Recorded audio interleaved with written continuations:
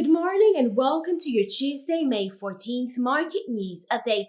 Despite an uptick of the unemployment rate and drop in payrolls, the pound still trades in the greens against the dollar. Natural gas futures extend their rally into fresh 4-month highs as weather conditions deviate from expectations. Producers' prices in the US most likely accelerated in April according to economist projections. Yuan traders brace for PBoC's one-year medium lending facility rate decision in tomorrow's early Asian session. Speech from Fed Chair Powell seen as significant ahead of a crucial CPI print.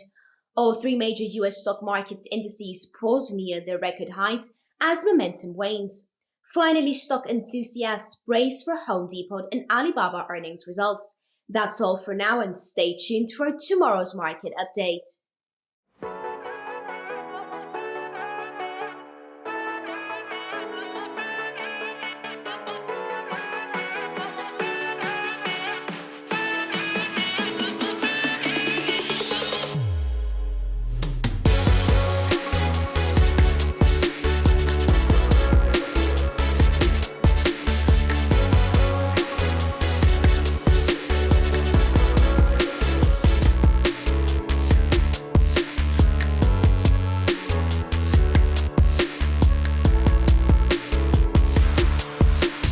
Hi, everybody, and welcome to another daily presentation. This is the market overview for the 14th of May of 2024, and these are the key events that you should familiarize yourself before starting your own trading day. Now, the first and sole topic of the day is going to be a small summary of what has happened already in regards to the latest UK employment report. So at the open of today's European session, the employment report from the United Kingdom caught the attention of pound traders who use this data as a reflection point, which at the end of the day aids them to better kind of calibrate their expectations in regards to their future decisions, monetary policy decisions from the Bank of England. So the report indicated that the unemployment rate rose for the fourth straight month, hitting the 4.3% level, as it was widely expected, we must say, upticking by a tenth of a percent, and again, much the wider market expectations.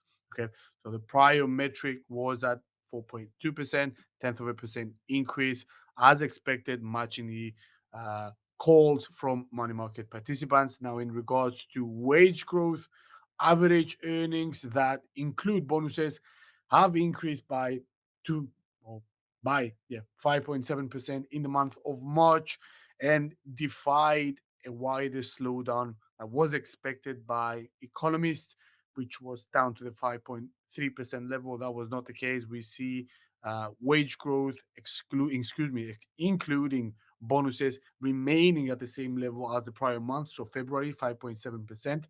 And in regards to wages or wage growth, in that excludes bonuses, we have also seen them staying still at the 6% level. So this is pretty much the balancing kind of aspect of this report, because pretty much the rest of the report is not so good. We can say dismal, but the fact that wage growth remains elevated, whereas inflationary pressures are seeming to be easing back towards the bank's 2% target.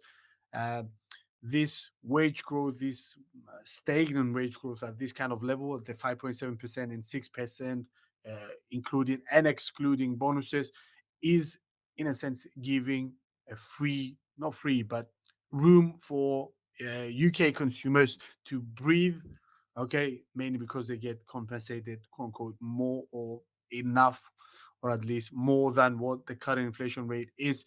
This was interpreted by economists as a decent kind of development in regards to the employment market of the United Kingdom. This is the only good part, in a sense. This breathing room that allows consumers to keep on spending, or at least living on, without feeling the harsh implications of high inflationary pressures. Okay, so the nation's employment change has suffered for yet another month and has posted a shortage of 177,000 jobs. Yet it exceeded green projections that saw a shortage of 215,000. So the end of the day, this is bad news. We don't have enough jobs or positions being filled in the UK labor markets is certainly a problem. So, nevertheless, the state of the job creation mechanism of the United Kingdom has certainly hit a speed bump, or we may say multiple speed bumps over the past 3 months now. Nevertheless, excuse me, and this is definitely an issue for both governmental officials, but also for the Bank of England, since uh, the safekeeping of a tight enough labor market is one of the two um, mandates of the central bank, besides keeping inflationary pressures or price pressures at a desirable level that allows the economy to thrive and not come into problems. Okay, so for as for the number of people that have filed for unemployment benefits. So we're talking about the claimant count change here. It has risen by almost 9,000 since the month of February, but yet again, it was below analysts' forecasts, which was, if I'm not mistaken, somewhere around 13,000. 9,000 people filed for unemployment benefits over the past uh, in the month of March, and overall, the effect of this report. Um, Impacted the sterling, the pound. Okay, the sterling was trading in the greens prior to the decision, hoping that it was about to raise or um, rally for the fourth consecutive session. We see this report impacting negatively, more specifically the pair, the cable, the pound against the United States dollar, which the pair came under pressure after the report, snapped its 3 day winning streak, and is now marginally holding above the $1.25 per pound level. Now, the FTSE, we're talking about the United Kingdom's main stock market index, if you would like, has capitalized on the pound's weakness post the fall of the pound and is trending close to record highs after a small setback. Again, at the end of the day, we're going to close with the projections that money market participants hold in regards to the Bank of England. So, money markets have placed a little bit more faith in their forecasts post the decision of the employment report, excuse me, not decision. Now betting that the Bank of England will slash rates by 25 basis points as early as June. And with June is the next meeting, let's not forget that. And an additional cut of equal magnitude of another 25 basis points is expected to come at the November meeting. Overall, this means is that money markets or market participants or economists or investors, whatever you want to call this, all of them are forecasting that the Bank of England will cut rates much sooner than the Federal Reserve, which again, this is going to create a discrepancy in regards to the interrelationship between the two currencies, the pound and the dollar, given that if and shall we see the Bank of England slashing rates much sooner than the Fed, this will create this kind of negative environment for the pound, which most likely is going to push it to lower ground. So when we talk about cable, we have medium to short term kind of horizon for short call on this kind of pair. So pressure is expected to arise uh, for the pound, therefore dragging it lower, which creates this kind of negative bias from our side, or at least a bearish kind of uh, outlook for the pound, purely on monetary policy fundamentals, nothing else. Okay, if other data comes in and validates the fact that the Bank of England needs to cut rates much sooner, and at the June meeting, for example, this will aggravate the fall going onwards.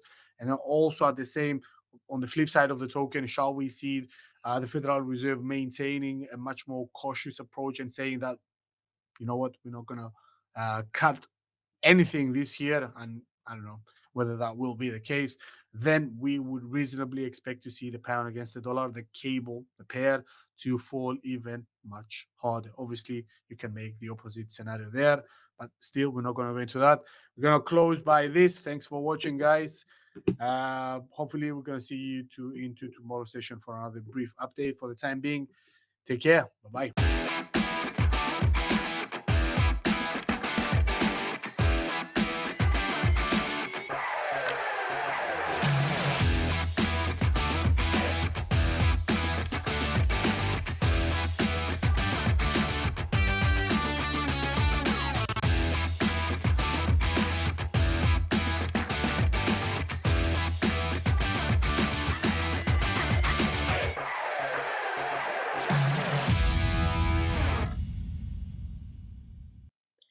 Hi everyone and welcome to the earnings season section.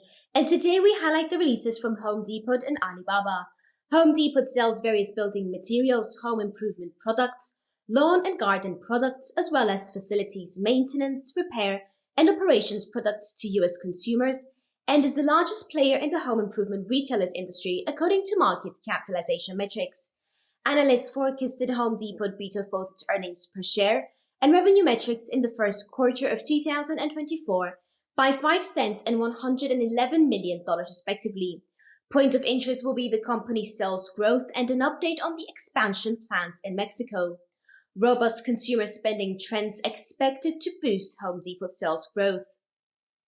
Alibaba, one of China's largest tech companies, specializes in e-commerce, retail, internet, and merchant-related technologies both domestically and internationally, and is the second largest player in the broadline retail industry, according to market capitalization metrics. Analysts forecasted Alibaba missed both of its earnings per share and revenue targets in the first quarter of 2024 by minus 1 cent and $250 million respectively. Point of interest will be the details about the company's cloud segment, which has recently unveiled its latest version of large language model. The update on Alibaba's cloud business growth serves as one of the attractions for investors. That's all for now, and thank you for watching.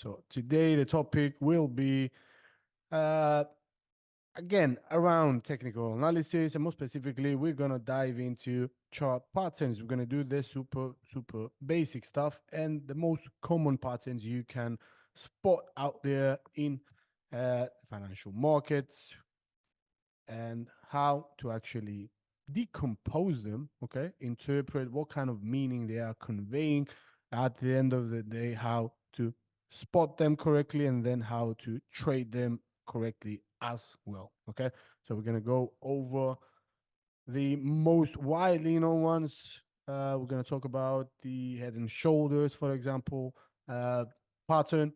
We're going to do a brief intro into the saucer pattern, or in other words, the cap and handle. We're going to visit double tops, double bottoms, triple tops, triple bottoms, all that kind of lovely stuff, flags and pennants, ascending triangles, descending triangles, symmetrical triangles, all that kind of stuff. We're going to see them into today's session. Again, it's going to be super basic. It's for you guys that have just started out your trading journey. I'm going to give you a brief overview of what patterns you may start to, if you would like, spot out once you give you what kind of templates, what kind of characteristics they need to have in order for them to be valid. Okay, so without further ado, let's make a start. So this is the risk warning and the disclaimer. You can read that on your own time. For the time being, let's move on. What is the agenda of today's session? So we're going to do a brief introduction into chart patterns. We're going to underscore and outline the most widely known patterns, and then I have personally split into two categories, two broad categories, what we call reversal and continuation patterns. We're gonna watch and we're gonna go over each and every one of those that fall under any of these two categories, for you to again get assimilated with what patterns may arise in the financial markets in general, and again spot them, identify them correctly, judge whether they're valid or not, and trade them accordingly. Okay, so let's do a small recap before we start. So technical analysis, this is a branch of technical analysis we're gonna study today, chart patterns. So let's go do a small overview of what technical analysis is. So it's a study in a sense of market action through the use of charts in order to forecast future price trends. Again, some may call it um, a psychological study of behavior of traders within these financial markets. Okay, so market action in a sense includes three elements: what we call price, volume, and open interest. And technical analysis can be used at the end of the day in all kind of time frames for each and every instrument you would like. And more specifically in regards to time frames, you can do technical analysis for short time or short time frame periods, medium term, and longer term kind of um, again, what would you call it, horizon. Okay, so it applies and can be applied and can be used for any given type of trader out there, whether you are a scalper or a swing trader or a position trader. um, any one of these kind of uh, types of traders can benefit from using technical analysis because it can be applied to any given time frame. Okay, so technical analysts develop trading rules and trading system by using various theories, charting tools, and indicators. We have briefly outlined them meaning some charting tools we have done in the past.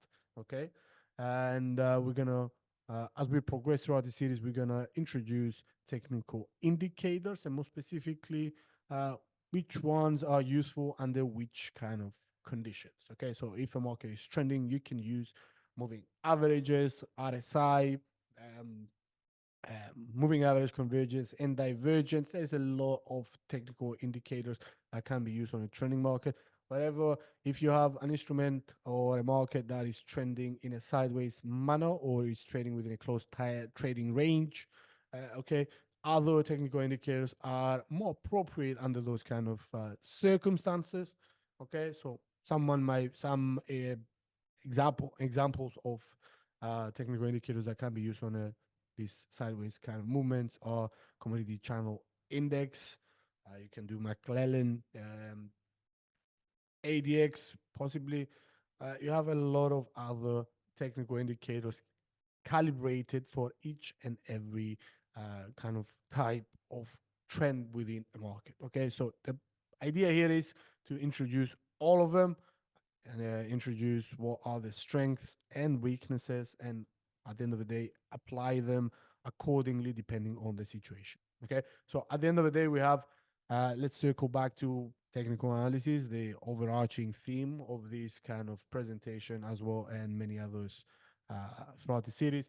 As technical analysis and technical analysis in general has three main principles, if you would like, and more, but we decided to place on this slide the most widely known ones, or at least the ones that most agree are the key components. Okay, so there are three quote unquote truths in regards to technical analysis. Again, quote unquote, uh, that market discounts everything, hence any sort of new information coming in is already at that point in time being implemented into the price action. So markets are being moved by incoming data, and once incoming data rolls in, the market adjusts itself accordingly.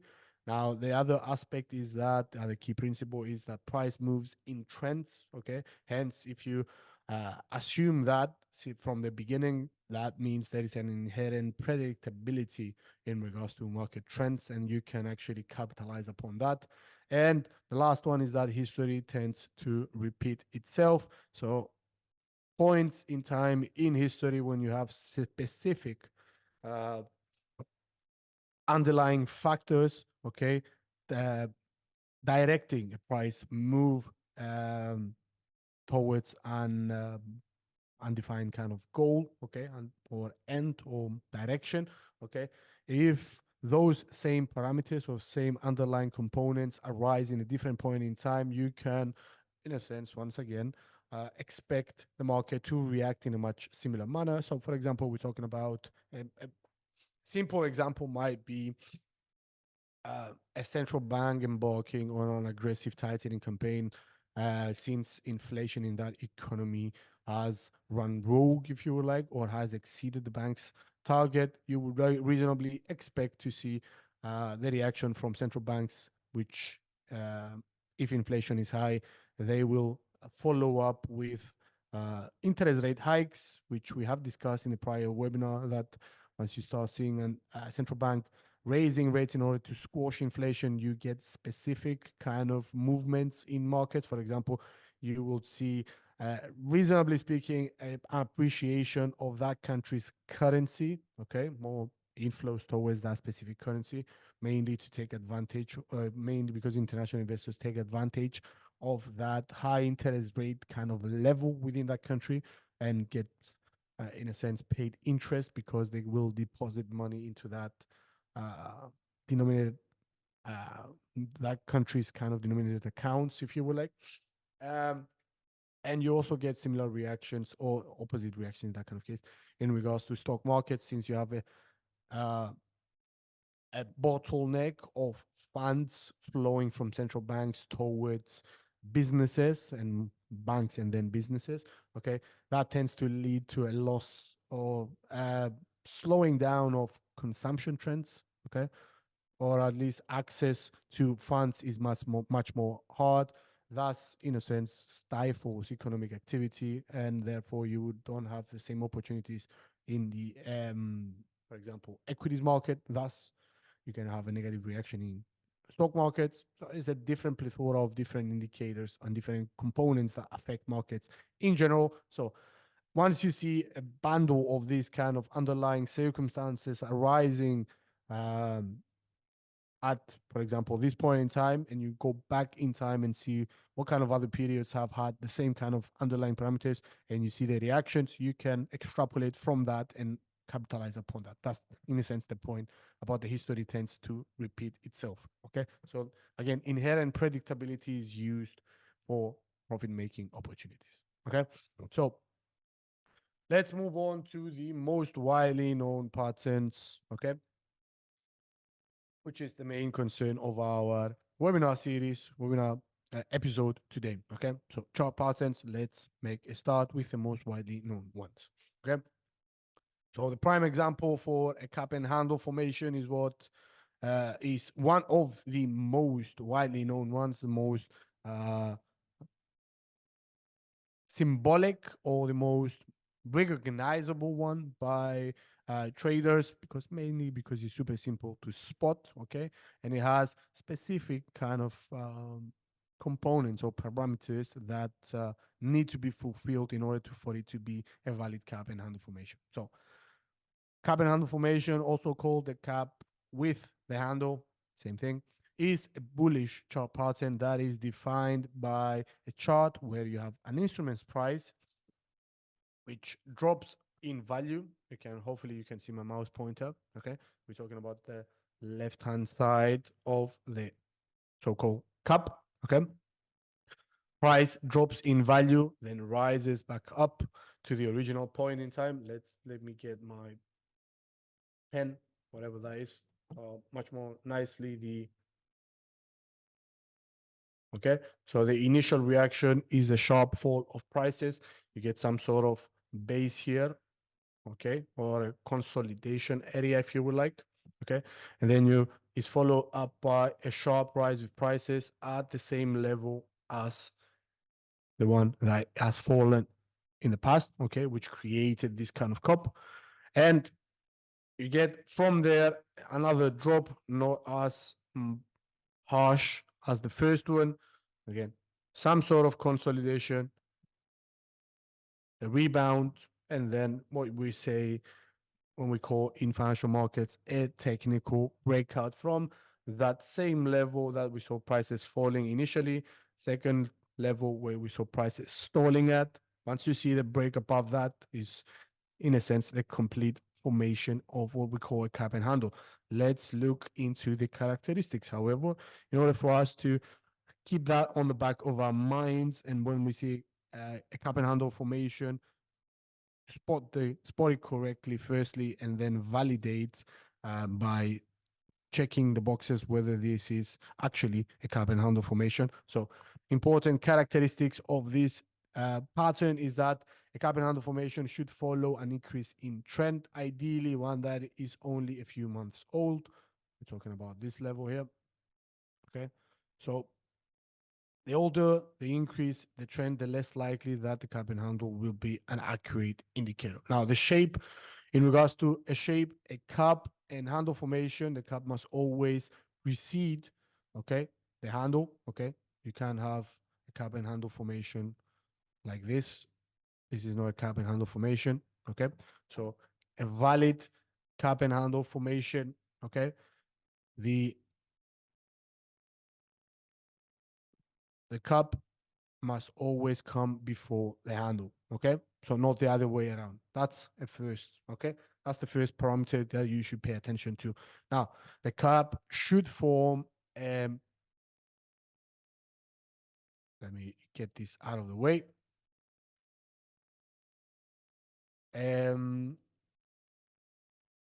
Yeah, a cup should form a rounded ball shape. So we're talking about this here, okay?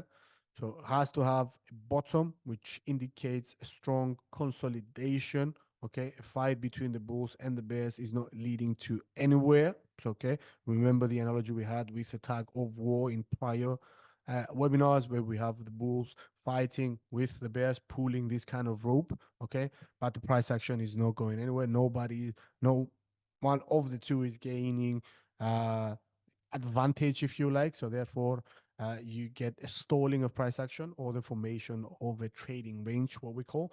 So a sideways price action kind of thing. In this kind of case, we call it a consolidation. Okay. So the bottom of the ball is the consolidation area after the sharp fall. Okay. And then from there on,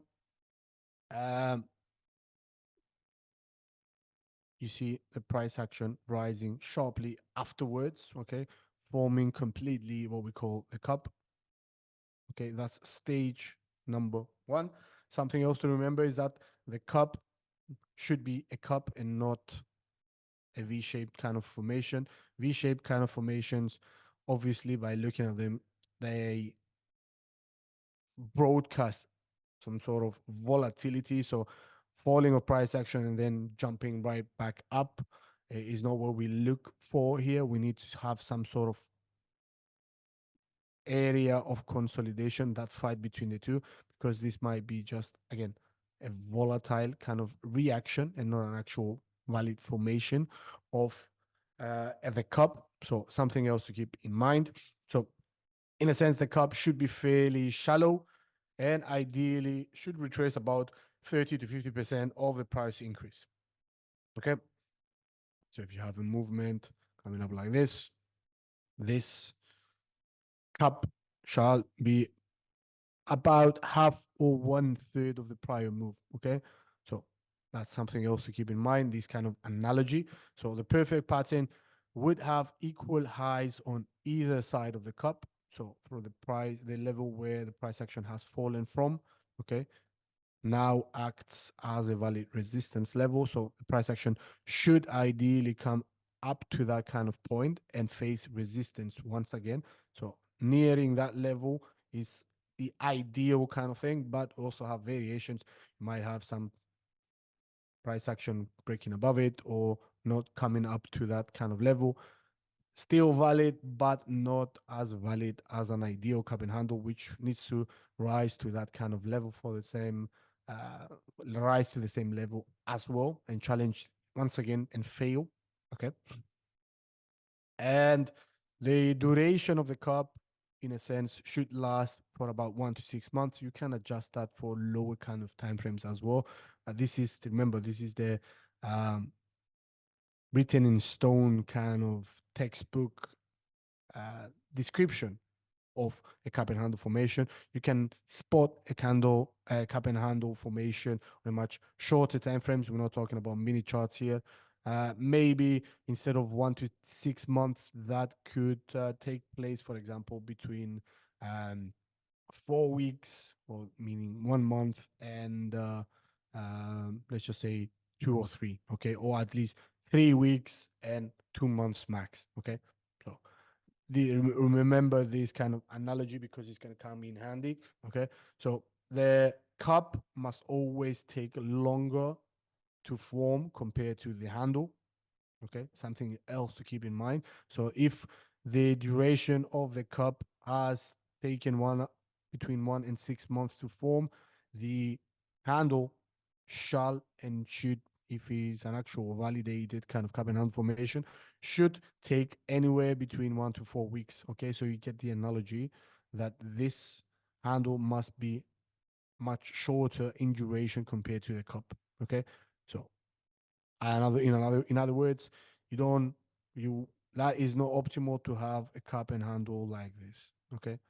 So in a sense, you need some sort of analogy between the two. You need this handle to be much shorter in kind of duration compared to the cup, okay. So in regards to volume, the volume of the instrument could decrease along with the price during the cup, okay, and should increase rapidly near the end of the handle, okay, where prices begin to rise, okay. We need to see a rising volume somewhere in this kind of region. Here you're going to have fall of volume, okay, stagnated volume levels here, rising volume levels here, but most volume, or at least the stronger the volume bars, or the larger the volume bars, should take place in this kind of breakout phase, if you would like, at the formation near the candle, okay. That's the ideal volume profile for a valid cup and handle formation, okay. So moving on, before we move on, let's quickly point out that there is an actual cup and handle formation being formed on instrument, on an equity. I found this a few days back. We have been capitalizing upon this. We played this quite a few times. So we're talking about what these companies call compass pathways. You can clearly spot cup and handle here, cup formation here, and a handle formation there. Okay, so let's look at it with a little bit more clarity, or zoom in a little bit. Does it validate our kind of rules in regards to being a valid cup and handle formation? So let's firstly speak about time and duration. So it took from the 14th of September until January 8th to form. So we're talking about 3 months, okay, for the completion of the cup and handle formation.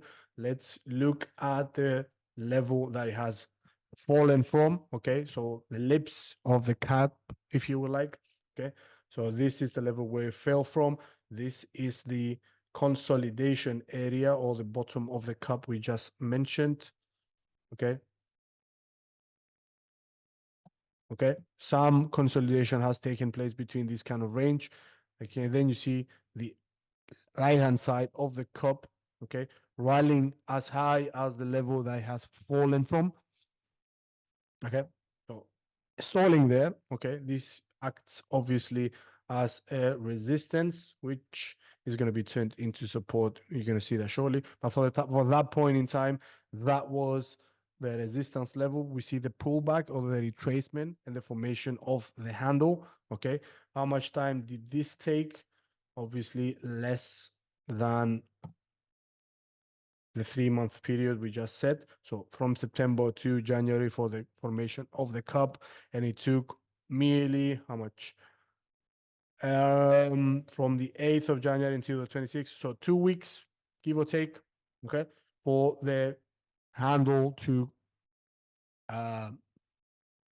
just say materialize. And after that, we see what exactly you normally see after a technical breakout. We see the first challenge of the resistance level failing, the pullback, rise again of the price action sharply with rising volume as well. So volume indicator there, but you can see that from Mighty as well. Rise of price action, breaking past of the prior, okay, resistance level, okay, and rallying to new ground, and some area where would you reasonably expect to have some sort of resistance after the breakout would have been that, broke past that. So we have to go further back. Okay, so obviously you would have had some sort of pullback there, or at least a stalling there, because this is certainly a valid resistance level. And if you can pull that further back, you can see the price action has rebounded quite sharply from there. Okay, but in the grander scheme of things, this appears to have loads of free room to run, if you would like. So before placing, for example, a long order up at the top, I would have reasonably liked to see some sort of pullback from there. Okay. Wrong tool, but it's a ghost feed. Okay. So something like this. Okay. A retest of this level. Okay. Whoop, sorry. A retest of the prior resistance level, which has now, since it was broken, become a support level. If we see a price action falling back towards this kind of level, the approximately $10 level, bounce, finding support there and bouncing once again higher from there, this is definitely a lovely play for going long. So if, for example, something like this happens, is definitely ideal. Okay, so not going beyond that, I have to fix this. Okay, if you get something like this, okay, hopefully let me mark it for you. If we get a retest and then in a sense another higher low, okay, so you can do this to mark this kind of territory. Okay, if you get a higher low, we're using an ascending kind of trend line, and then you see the price action running from there, that would be the ultimate, if you would like, entry point for playing correctly this kind of pattern. Okay, so having a target like this, and let's see where we reasonably expect to get some sort of stalling of price action. Certainly the next target is way far away from us. So if we assume that this is definitely a valid resistance level, obviously you can see that is a pick and we see a rapid falling of prices. You have multiple targets for you to choose from on where you place your take profit from. Okay, next valid one might be this, which is somewhere where we would have reasonably started to cover at least partially our position and make money on this. So let's see, the risk reward ratio is somewhere around more than 4, so it's definitely nice. So we're risking about 8.5% if the price action falls to the prior support level. Once we get all this kind of movement, we're risking approximately 8.5%, and we are willing to make money, let's just say, and for what, 35%. So that's definitely something very nice in regards to risk reward ratio. Okay, so that may be one play. If you are much more aggressive and much more, I don't know, exuberant in your take profit targets, you can raise it up there, which is 70%. Definitely some eye-catching kind of number, but it's gonna obviously take longer than that. We don't know for sure if that's gonna um, um, become a reality or manifest, if you like. If you don't see, for example, prices breaking past this crucial $15 level for over resistance, then no need to have a target up there. So cautious and quote unquote sophisticated kind of take profit level would have been somewhere around the $14.5 level, okay, for this kind of play. So you can see the fact that this cup and handle formation was created, okay, at the bottom, okay, of the market is another strong indication that is a for sure lovely reversal kind of point. So it gives us much more confidence that the price action will rally from there onwards. Okay, So that's one play for you right there, guys, in real time. Okay, so moving back to our slide of the presentation. Yep. Let's discuss some other lovely chart parts and formations that are also used for, in a sense, placing a lovely strategic play. So these are double top and what we call double top and double bottoms. Okay, so you have, in a sense, what we call here a McDonald's sign and a Wendy's sign. So Americans and their burger joints. So we call this a double top and double bottom. So price action rallies to this specific kind of level, pulls back, and then rallies once again, fails to break above it. Okay, price action retraces to lower ground, breaks what we call this kind of neckline, and then surges from there downwards. If this is found on a market top, okay, on a rallying kind of instrument, this is definitely a lovely reversal kind of signal. If this obviously is found on the flip side, if this is found on the bottom, okay, prices are actually falling all the time, and you see this at the market bottom, the price action falls to this kind of level, rebounds from it, falls once again, fails to break below it, and rebounds once again, breaks past the neckline and rallies from it, okay, gives you an indication that it's a valid reversal kind of signal, and you can play this accordingly. Once you see the break above the neckline, you can generate a buy or a long order here. And in this kind of case, once you see the definite breakdown below the neckline, okay, you sell, okay, you generate a short kind of call for this. Obviously, there are variations of the double top and double bottom. We have triple tops and triple bottoms, something like this and something like this. Okay, much more grave in their potency, if you would like, much more important is potency, okay? Because you have 3 times that level is not broken in regards to a triple top. That gives you an indication that whenever the price action falls below what we call the neckline, the price action is going to fall rapidly from there onwards, because you have a wall of sellers there, not allowing the bulls to push the price action to high ground. They fail once, they fail twice, they fail thrice. And when the break below the neckline appears, sell signal is generated. Flip side, again, triple top and triple bottom. So in the triple bottom kind of case, bears are in control, the pushing price action to lower ground. The bulls are constructing a wall of with their orders down there, not allowing the bears to push the price action to lower ground. Fail once, they fail twice, they fail thrice, break above this kind of neckline by a lot and by a definitive amount of number of percentage, if you would like, creates what we call a buy signal here, and you expect this kind of reversal to take on momentum from there onwards and rise to high ground. Okay, if this is found at the top, it's definitely a lovely reversal signal. Same goes for this, but if this is found on a bottom, this is another valid reversal kind of signal. Okay, so characteristics: found near the end of a bull market, has 2 consecutive peaks. Prices bounces from the neckline from the second to form the second peak. So we're talking about this, okay?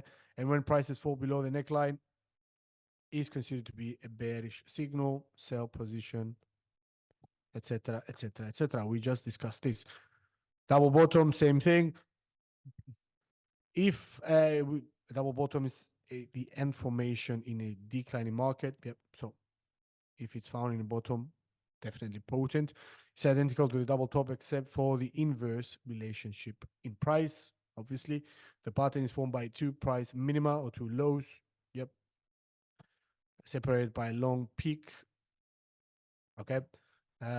which kind of defines the neckline. This is the neckline. Most of the rules are associated with the double top formation also apply to the double bottom formation. So a break above this level is a buy signal, strong reversal kind of chart pattern formation. Okay, and volume, we need to show up marked up interest or increase, excuse me, once you start to see prices rallying here at the end of the second bottom. Okay, so here you need to have the confirmation for a rising volume. Okay, next one is what we call the head and shoulders chart pattern. Okay, we're not talking about the shampoo here. Okay, so you have what we call a left shoulder, imagine a head, and a right shoulder. Okay, so this is one of the most widely recognized chart patterns out there. Traders actually scavenging to find out where these are actually formed. So when you see these being formed at the top, okay, head and shoulders at the top, once again serves as similar kind of has similar implications, much like the double top and triple top. Okay, break below the neckline, which is the connecting line between the two throws. Okay, here, break below here is what generates the sell signal, but it needs to be a substantial kind of move, a clear break below it. Okay, so it consists of, in a sense, 3 peaks, 1, 2, 3, we just noted. A neckline is drawn connecting the lowest points of the head, and a break through the neckline provides a sell opportunity. Okay, covered this. Opposite case here with the inverted head and shoulders. If this is found on a market bottom, okay, again, serves as a reversal signal. Once again, bullish reversal signal in this kind of case, bearish in regards to this. Okay, so again, left shoulder, head, and right shoulder, these 3 throws.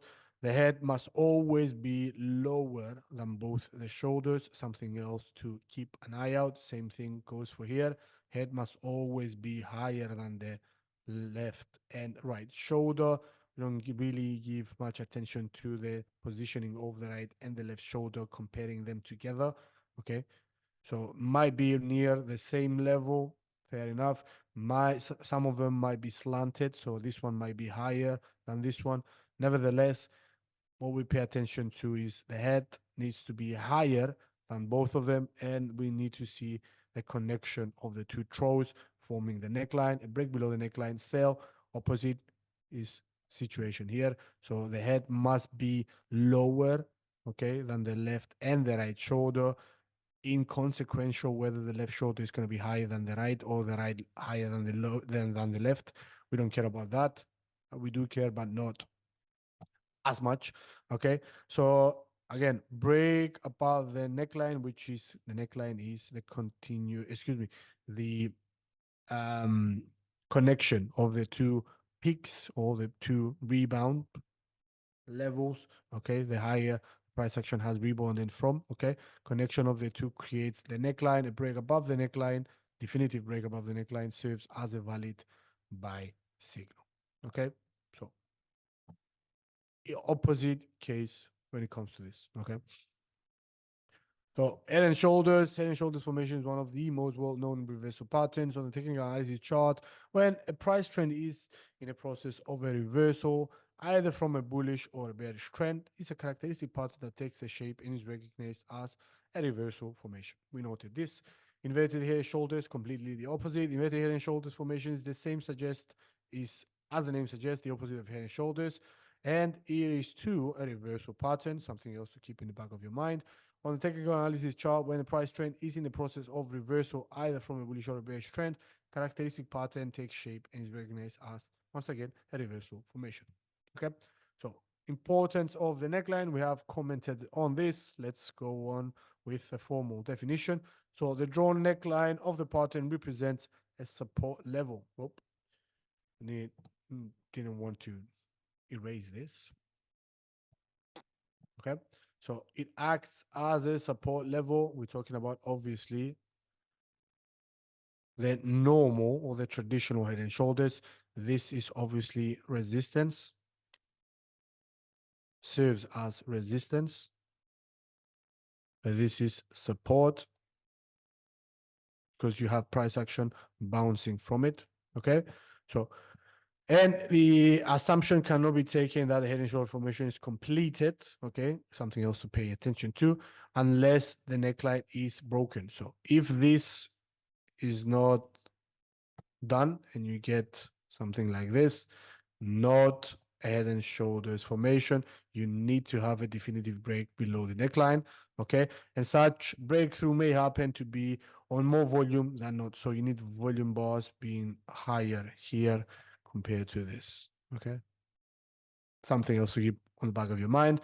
Hence, a breakthrough should not be observed carelessly. A serious situation may occur. So if such a break is more than 3 to 4%, arbitrary number, but good enough. Okay, 2 or 3%, 3 to 4% breakdown below this kind of level is what defines a nice, valid neckline break or a valid signal for a short position.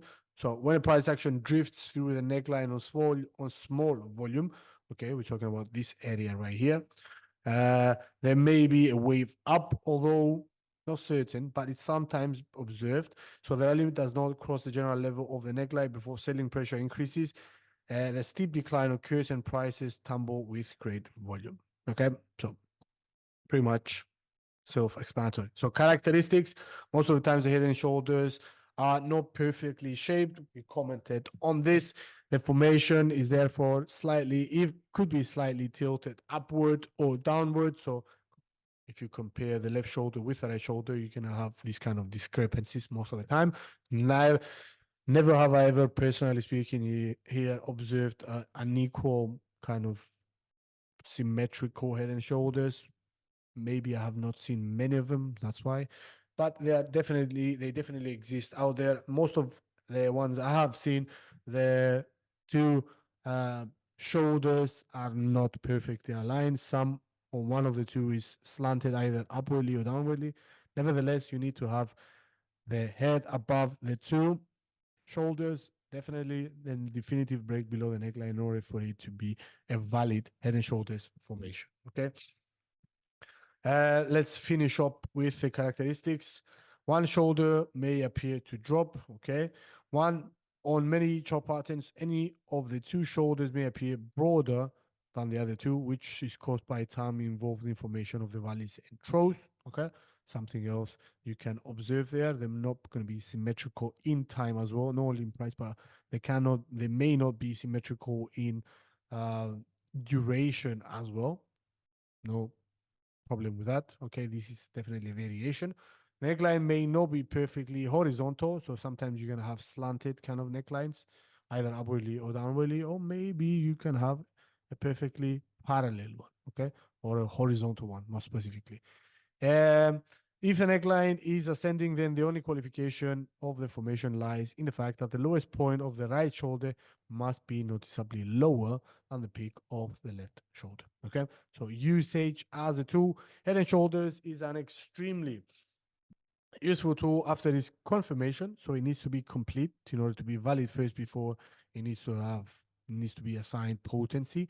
Okay, and measure the minimum profitable extent of the subsequent move from the neckline. Okay, in order to confirm, you need to, in a sense, calculate the difference between the neckline and the head, and you project that upwards. Okay, if the break is near that, then you'd have definite confirmation that price action is going to move to high ground in that kind of case if it's an inverted head and shoulders.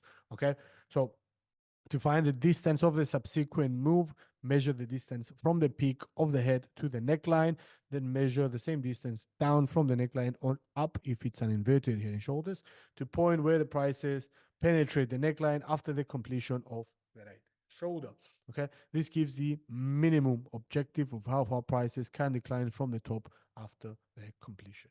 Okay, hopefully everything is here kind of clear. Okay, next topic, moving on, reversal patterns.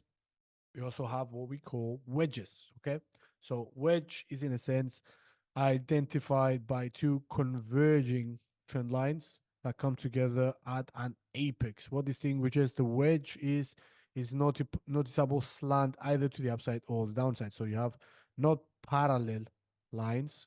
Okay, this is what we call a channel, more specifically an upwards moving channel. wedge, the lines, this time, this line, this one, and this one, okay? They are slanted and they are, if you extend them further into the future, they are actually converging, and you may call this uh, converging triangle in a sense, okay? So you need to have them, if you extend them further into the future, they're gonna meet, okay? This is what we call the apex, by the way. This is the apex and this is the base, okay? The start or the creation of the ascending wedge or descending wedge. So this is the base, the distance between these two lines, okay? And this is the apex, the distance between these two now much more closer converging lines, okay? So this is the apex and this is the base. Just a few terminology you can come across, okay? So a rising wedge is considered bearish, okay, if it's found in an uptrend. If you see this on an uptrend, is definitely a bearish signal, so a reversal may be imminent, whereas a falling wedge is considered to be bullish if this is found in an downtrend, okay? Much more potent if it's found in their original kind of habitat, if you would like. Okay, so wedge, what you need to take here from here is that it's like a symmetrical, it's like a channel, but the two lines are converging towards each other, much more closer to a triangle rather than a symmetrical channel, because obviously the lines in a channel are parallel. These lines of a wedge are converging, okay? This is one of the characteristics of a wedge. So if it's found in an uptrend, it's considered to be a bearish signal. If it's found in a downtrend, if it's a descending wedge, is considered to be a bullish signal. Okay, so the wedge pattern is another commonly found pattern in the price charts of financial trading instruments. The pattern is characterized by contracting range in prices coupled with an upward trend in prices known as rising wedge, or in the flip side, a downward trend in prices known as a falling wedge. So this is what you see here. Lower, excuse me, sequentially lower highs. Okay, so at least the highs, they're higher highs, but they are not rallying much harder than they should be, if you like. At the contrary, you have higher lows. Okay, so you have this kind of area of congestion. Okay, as you progress through time and as you climb upwards. So the bulls are, in a sense, losing momentum. Okay, and the bears are eager to jump into the picture and drive the prices to lower ground. Hence, it's a bearish signal. Where on the opposite side, you have contracting kind of falls in regards to the bears' momentum. The bulls are eager to enter the picture. Okay, and once they do, and the price action congests near the apex, I made it worse. Near the apex of the descending wedge, this serves as a bullish signal. Okay, so a wedge pattern is considered to be a temporary hold of a primary trend. Okay, it's never a main trend. Okay, it's a hold in a major trend or a primary trend. So it's a type of formation in which trading activities are confined with a converging straight lines which form a pattern. So this pattern has a rising or falling slant depending on the direction. So falling and rising wedges are small part of intermediate or a major trend. When we go over Elliott wave theory, you're going to have these kind of patterns emerging at specific points in the motive kind of waves over Elliott waves or on the corrective waves as well. So brace yourselves for this. It's going to come near the end of the trading series, our webinar series. For the time being, let's move on. As they have reserved for minor trends, they are not considered to be major patterns, obviously. Now, once the basic or primary trend resumes itself, the wedge pattern loses its effectiveness as a technical indicator. So if they not break towards the downside and continue rising higher, obviously is not a wedge. You shall not take that as a reversal signal. Therefore, extrapolating from this, you need to see a definitive break and a move, substantial move towards the opposite direction in order to be sure that the wedge is actually a valid one. Okay, no brainer there. Okay, so ascending or rising wedge. I think we have covered all of this, but let's quickly go over it. We're running out of time as well. So the rising wedge pattern is characterized by a chart pattern which forms when the market makes higher highs and higher lows with a contracting range. Higher highs, higher lows, but as you can see, the range is contracting. So when the pattern is found in an uptrend, it's considered to be a reversal pattern, as the contraction of the range indicates that an uptrend is losing strength. This is how to interpret this kind of ascending wedge. Okay, so when this pattern is found in a downtrend, it's considered to be a bearish pattern, as the market range becomes narrower into a correction, indicating that correction is losing strength and that the resumption of the downtrend is in the making. So if an ascending wedge is found in a downtrend, it acts as a continuation pattern, not a reversal. Okay, so pay attention where you find ascending or descending wedges. So if an ascending wedge is found on the top, is a reversal signal. Okay, whereas if an ascending wedge is found on a downtrending kind of movement, okay, is considered to be a continuation pattern, not a reversal. Okay, because you need, in order for you to remember why that is, and when to see that on either an upside or a downtrend, kind of uptrend or a downtrend, you need to understand what this kind of formation means. Again, this means that the uptrend or the movement is losing momentum. Okay, the uptrend is losing momentum. So if it's found at the top, it's a reversal. If it's found on the bottom, that means the pullback, because this is going to be considered as a pullback if the price action is moving in this kind of fashion. Okay, this is running out of steam. This meaning all this I just circled is losing steam, and continuation will ensue. Okay, so in a rising wedge, both boundary lines slant up from left to the right, obviously. Although both lines point in the same direction, the lower the line rises at a steeper angle than the upper one. Okay, obviously, this is less than this. Okay, the slope of this is much slower than this. Okay, so prices usually decline after breaking through the lower boundary line by a definitive amount. Okay, so descending or falling wedge, completely the opposite. So let's go ahead. The descending wedge pattern is characterized by a chart pattern which forms when the market makes lower lows and lower highs with a contracting range. You can see that there. When the pattern is found in a downward trend, it's a reversal. Whereas if it's found in an uptrend, it's a bullish continuation pattern. Okay? So as the market becomes narrower into correction, that indicates that the downward trend is losing strength and the resumption of the uptrend is in the making. Okay, so this is what we call a reversal. This descending wedge, because it's on a downtrend, signals, okay, a reversal.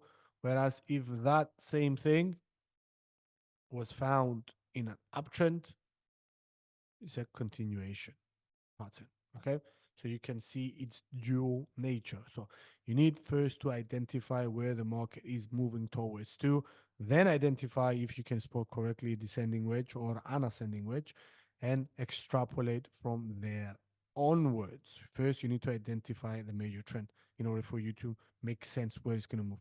Okay, and you need to see a complete and utter definitive break above it in order for you to be more sure that it is an actual descending wedge. Okay, and continuation or a reversal will take place depending on the movement of that specific market, the major kind of trend. Okay, I think it's enough about this. Let's move on to continuation patterns. We have flags and pennants, which represent brief pauses after dynamic market moves. Okay, this is their characteristic. This is definitely a dynamic market move. Okay, so they represent situations where a steep advance or decline. This is the decline, obviously, and this is a steep advance, has gotten ahead of itself, and where the market pauses briefly to catch what we call its breath before running out again at the same direction. Okay, so this is what we call the three drive or flags and pennants. Okay, followed can be found after you see an abrupt kind of sharp rise or fall of price action. You see the price action moving to the opposite kind of direction. Okay, power, brief, taking a breather, and then wow, is busting into higher territory with a lot of momentum and volume and price action. Okay, opposite say opposite situation here. Okay, pennants are the other kind of type of a continuation pattern after a sharp rise in price or a sharp fall in price action. Once you see a contracting kind of range, what we call, in other words, a symmetrical triangle or a pennant. Okay, pennant is because it follows up a sharp movement. Okay, you expect to see a continuation of the price action to higher ground. Obviously, you need to see um, definitive break above it in order for you to get the confirmation that the price action is going to move to higher ground. Okay, but it serves the same purpose. They are continuation patterns. They are giving you the indication that the price action is taking a breather after a sharp move. The market has overextended itself. The market participants are now correcting, quote unquote, the price action. And at the end of the day, once you see the bulls and the buyers fight kind of giving in and moving closer to the apex, the bulls once again take the direction, the initiative, and push the price action to high ground. And in this case, the bears do so as well. Okay. So this is the verbal kind of description, written in word for illustrated for you to look at. So the flag pattern is encompassed by two parallel lines. So this is what we call a channel or the three drives. Okay, kind of move. These lines can be either flat or pointed to the opposite direction of the primary trend. This moves upwards, this moves up, excuse me, this moves downwards, this moves upwards, opposite direction. Okay, the pole, this is the pole, this sharp, abrupt move, okay, is then formed by a line which represents the primary trend in the market. Now, the pattern is seen as the market potentially just taking a breather after a big move and continuing its primary trend. Okay, discuss this. So pennant pattern, again, discuss this as well. The pennant pattern is identical to the flag pattern in its setup and implications, but the only difference is that consolidation phase of a pennant pattern is characterized by a converging trend lines rather than parallel. Okay, so flags have parallel lines,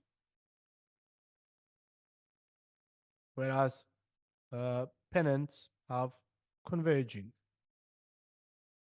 lines. Okay, not as nice, but you get the point. Serve as another continuation pattern. Okay, so this brings us to the end of today's session, guys. Thanks for watching, and we'll catch you on to next session where we're gonna probably discuss, if I'm not mistaken, about we're going to go back to fundamental analysis, and we're going to cover the most widely known economic indicators that fundamental analysts look at for them to gauge how a specific country's economy or a specific instrument is behaving and how it will be affected by incoming data, and use that kind of information to make much more sophisticated kind of predictions or actually go ahead and capitalize upon that kind of information and strategically trade them. Okay, so for the time being, thanks for watching. We'll catch you on to next week's webinar for another lovely episode of our series. For the time being, thanks for watching, guys. Ciao, ciao. Bye bye.